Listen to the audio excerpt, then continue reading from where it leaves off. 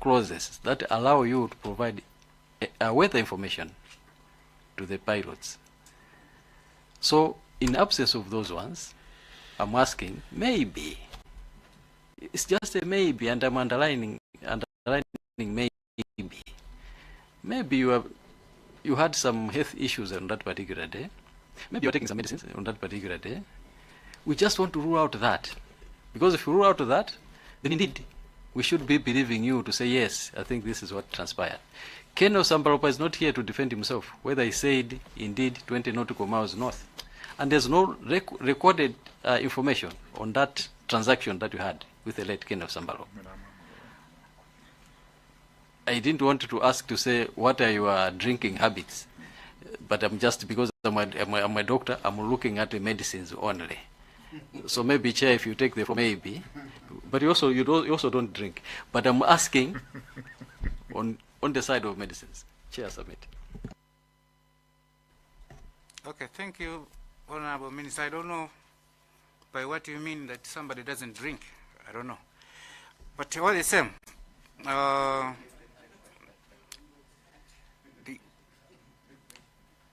the thing is, I can also not submit myself to what happened to Ken Osambaropa. As you have already put it, he's not here. So I cannot say he misjudged between the north and the south. That's why I say, I am not so sure of what happened, because I don't know. But what I get is the information that the pilot has transmitted on my radio or on my frequency. That's what I put it on the paper. So that's that, Honorable Chair. Thanks.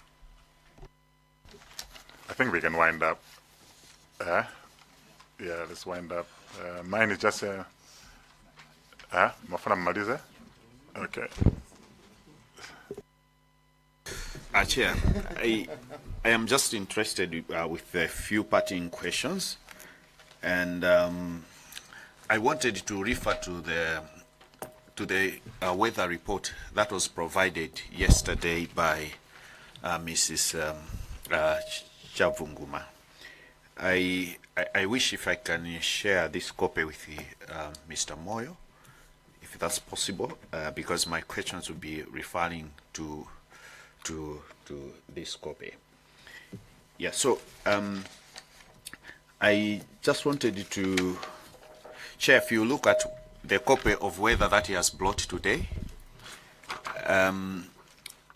he has only quoted the 10 a.m.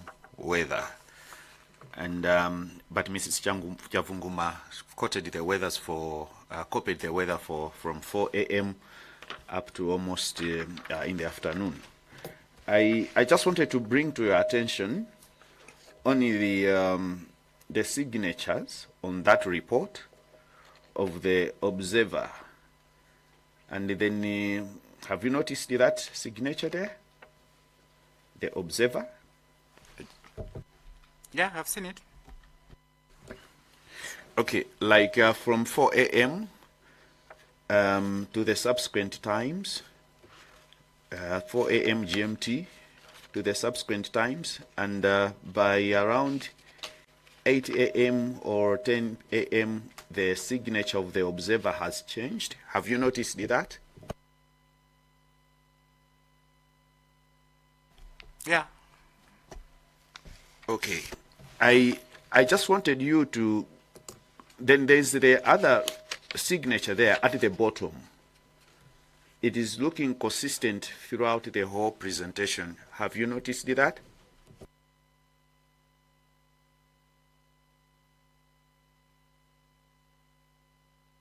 Which bottom? There are only two signatures appearing on the observer, and then there's another signature which doesn't have a reference, but it is just appearing at the bottom on the numbers there. At the bottom. I have seen it. Okay.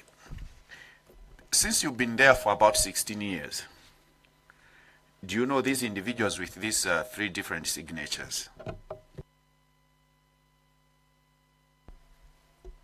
correct. I know them. Where it is written observer, I know he was the one who was on duty until the other one came in. The beneath signature, that's my signature. That's why it is continuously there. Okay. According to your experience, we know Mrs. Olive Chavunguma. Is she in one of those signatures as observer or any other? She is not there. Have you noticed that the part on checked by is blank throughout? Very correct. It is blank because that one is done by the forecaster. At that particular time, we didn't have a forecaster. We only had an observer. That's where the signature is. Since there is a discrepancy between the presentation on your visibility assessment, the two officers, they look like they are maintaining the visibility assessment. And now you are coming in as a third observer on the visibility assessment. I am trying to understand,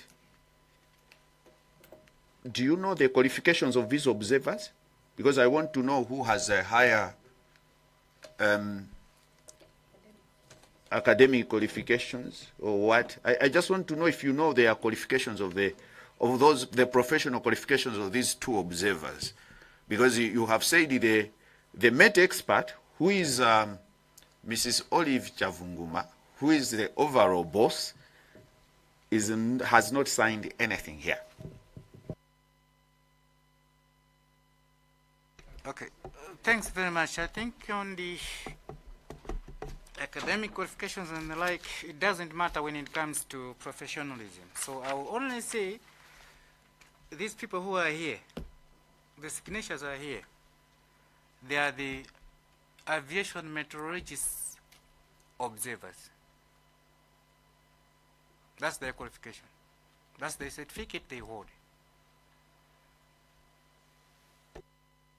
Okay, so you are assured that they have a special certificate in whatever they were doing here.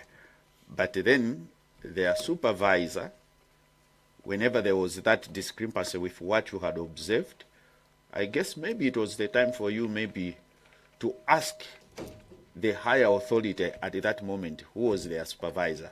Or should we assume that the supervisor was part of the observation? Is that the way you work? Okay, thank you. Well, I don't have to go that far to check in somebody's office. But what I know is I have got the meteorological weather report. It is signed by the observer. He has given it to me. And I have checked it. I have seen it is okay. Then I sign for it. Because I don't just assign my signature there if this information is incorrect. And you have also to bear in mind, I have said this report, they are done hourly. There is like a maintenance of the visibility at a certain point. All right?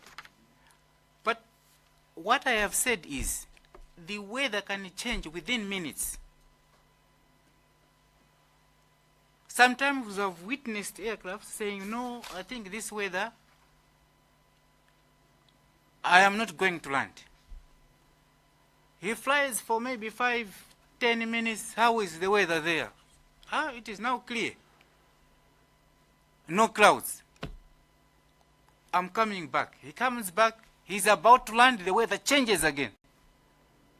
Then he said, no, I'm going back. So he said, the controller is cheating the pilot? No.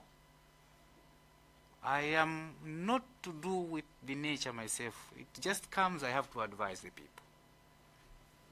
Now, on that one, you are very safe because the Met expert yesterday, indicated that there were Chipiloni winds and Mwera winds, something like that, and that there was that. So somehow the changes with the speed of wind and all that, I totally agree with you.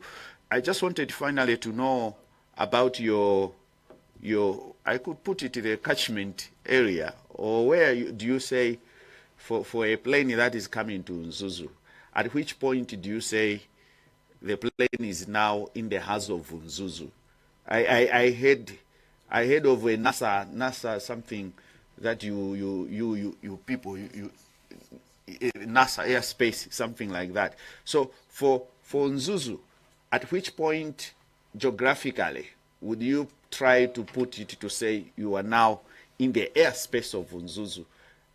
Chair, I'm asking that question particularly because somebody might interpret that arriving in that airspace, it means you are now in Nzuzu. So I want him to explain that which distance do you call Nzuzu in terms of kilometers, to make it simple.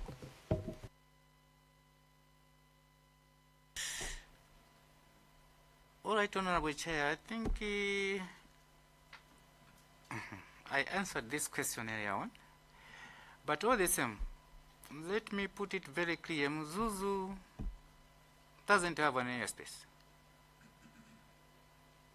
The position you are saying in NASA, it is on the route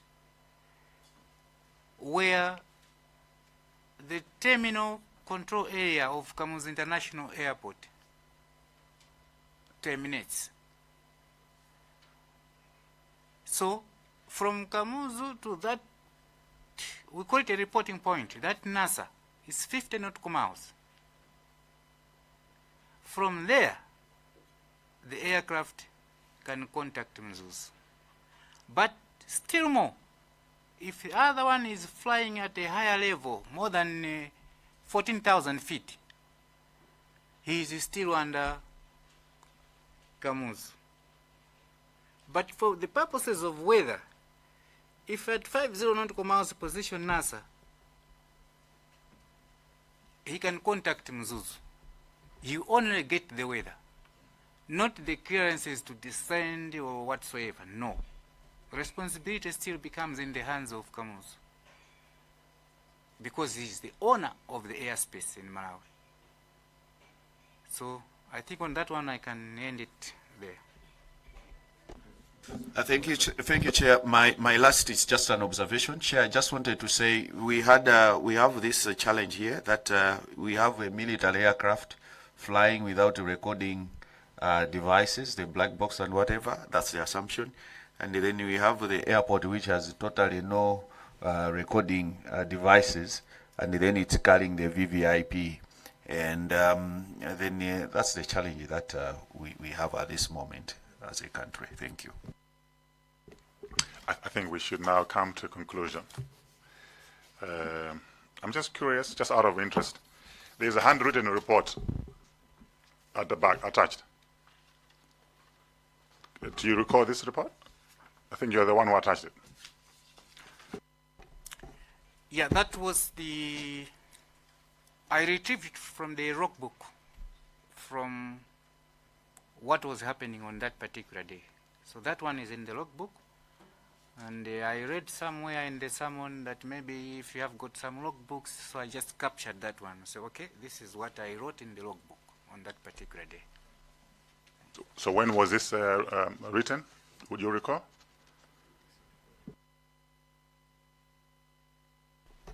It's written at the same time the things are happening. Or it is written at the moment you enter into the office that you are starting the duty. So if you can see,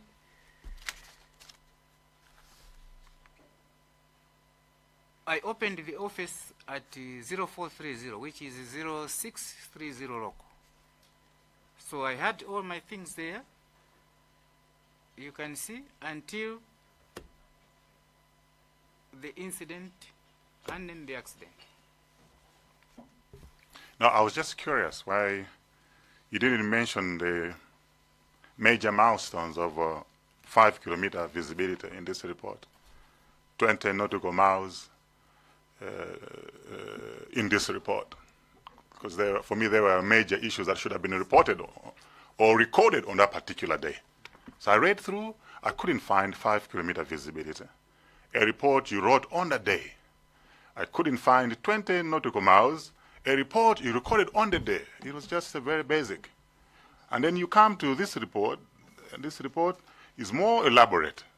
Okay, I'm wondering, how did you recall all that information 2 hours, 2 years later?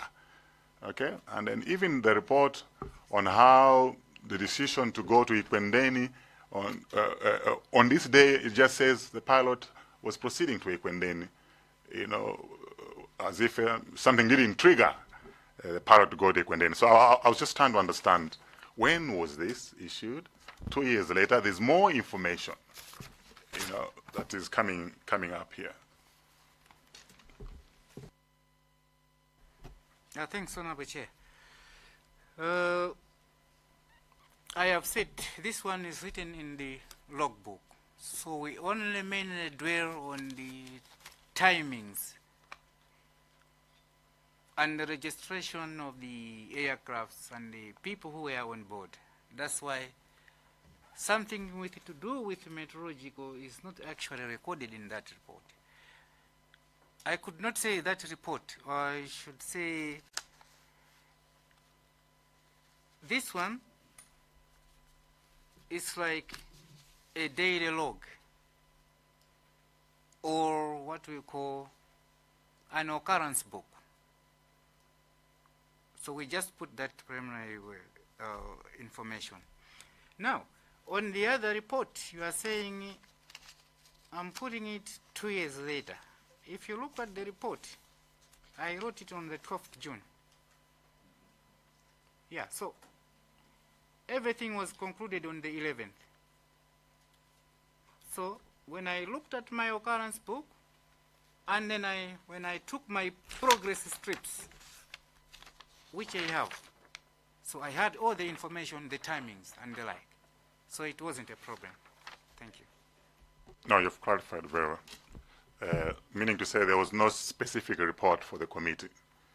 What we're reading now is a report that was submitted then. You came here, you read your report, which was prepared in 2024, right? Yeah. Yeah, correct. Correct. Understood. You must be a very busy man at the office. You're also the officer in charge. You do a lot of things there. Am I correct? Last time we came there, we felt for you. Are you still doing all those things? Manager, supervisor, accountant, administrator? Can you confirm? I have only left one position of the officer in charge. It is now in the other hand of another person. But the rest I'm still maintaining. That's the pressure you're under. And I hope on that particular day we're not under pressure attending to other critical activities and other stuff. But there's clearly a need there for clear separation of roles and responsibilities. You can't have an officer an air traffic officer doing all those things. And we feel for you, we empathize, and hopefully some changes have to be made as we make our recommendations. But this is one of the observations we made. You may have final words to say. We've had a long chat with you, probably one of the longest, but understandably so. Do you have your final words? Thank you, Chair. Not much to say about, but I can only say thank you for inviting me to this ad hoc committee. It has been a pleasure, though it has been long, but something has been learned. And I hope something is going to change through your reports. I thank you, Chair. Thank you. Thank you very much. I'm sure we'll meet at our usual place. Today is Friday, so I'm inviting you to a glass of juice and plenty water. Okay, but we're wishing you a safe journey back. I hope the weather is okay now in Chikangawa, but we're wishing you a safe journey back. Thank you very much. You may take leave. Oh, thank you.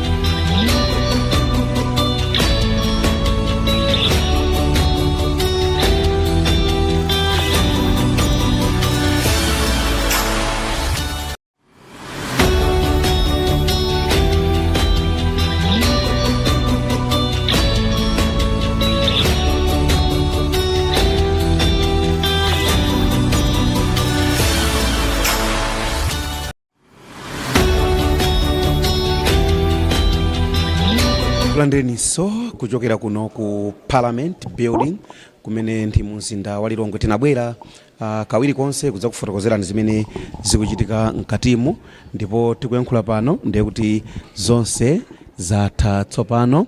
Mkatimu munali a Joseph Moyo amenewa ndi Senior Air Traffic Information Officer kuchokera ku Mzuzu Airport. Anali ndi nthawi yayitali mkatimu kuti afotokoze kuti kodi zinali bwanji tsiku limenelo, chifukwa iwowa ndi amene ankayankhulana ndi amene ankayendetsa ndege. Ndiye poyambirira anafunsidwa kuti mukonda kuyankhula mchiyankhulo chanji, ndiye iwowa ananena kuti poti ntchito yawo imakhala mchingerezi, ndiye tikuyambira nthawi ija mawa mpaka pano akhala kuyankhula mchizungu, moti panalibe mwayi otakhoza kumafunsidwa mchichewa ndi zina, koma anu akewo amene ala Joseph Moyo anati chizungu chimene amachidziwa bwino. Ndiye zambiri zimene zakambidwa umu nkoti akomiti amangofuna kumalizitsa bwino kuti pamene akuimayitana ena na amayitana ena pena pakasemphana anaona kuti kodi zikhale motandili. Ndi Gift Kalonga amene takhala naye kuyambira mawa uja tafika kumapetotu ndi munthu mmodzi yemwe uja. It was a long day. Nachilungamo linali siku lalitali chifukwa tinganena kuti uyu ndi amene anali ngati folk person, ndi munthu ofunikira kwambiri pa nkhani yonseyi chifukwa ndi amene amalandira mauthenga a mndege, ndi amene akuti analankhula naso komalizira ndi asambalopa. Ananena kuti ndithu iyeyo mukumva kwake mawuwa kukumbukira bwino kuti amene analankhulana nawo anali asambalopa. Nde linali ndithu siku lalitali kutengeranso kuti aphungu anali ndi mafunso ambiri, komano tinganena kuti zonse zayenda bwino. Moti chithunzimo ndi ameneyo ndithu Joseph Moyo amene ndithu kuchokera komwe ku Mzuzu akumana ndi MP akwawo ku Kasungu North. Amafuna patsani moni MP akwawo amenewo amayiwo ndithu ndi MP yaku ku Kasungu North. Nde pajatu akakhala mkatimu amafunsana kuti muchokera kuti nde akuti Amoyo amachokera ku Nkhamenya komwe ku Kasungu. Ndi amene anatero kuti ineyo poti ntchito yanga imagutsa kwambiri nkhani ya chizungu nchifukwa chake mwina zindivutirepo, komano apa pomaliza mukuona so chithunzimo aphungu onse tsopano atuluka kutanthauza kuti zonse zimene zinali mkatimu zatha. Lero anangokhala ndi munthu mmodzi basi, koma amene akhaliramo kukhala ndi munthu mmodzi nzoveka. Ndizomveka chifukwa chonena kuti tikuona kuti munthu ndi ofunikira kwambiri pa nkhani, ndi amene amalandira mauthenga, ndesi munthu oti mungangompanga kwa kanthawi kochepa chifukwa titatero ndithaona kuti iye yathaona athana naye unless patakhala patumphuka china chake ndoti azamwita naso.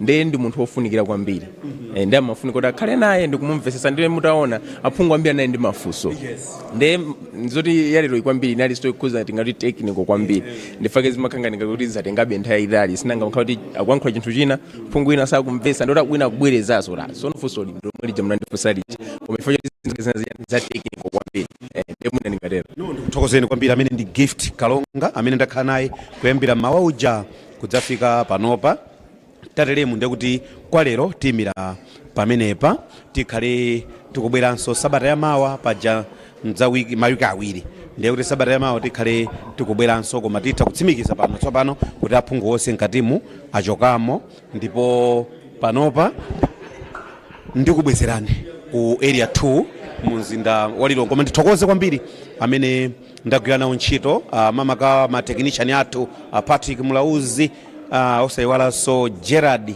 Kasonga ndinalinso ndi mzanga Gift Kalonga ine ndi Robert Abel Kalindiza ndikufunireni masana opambana.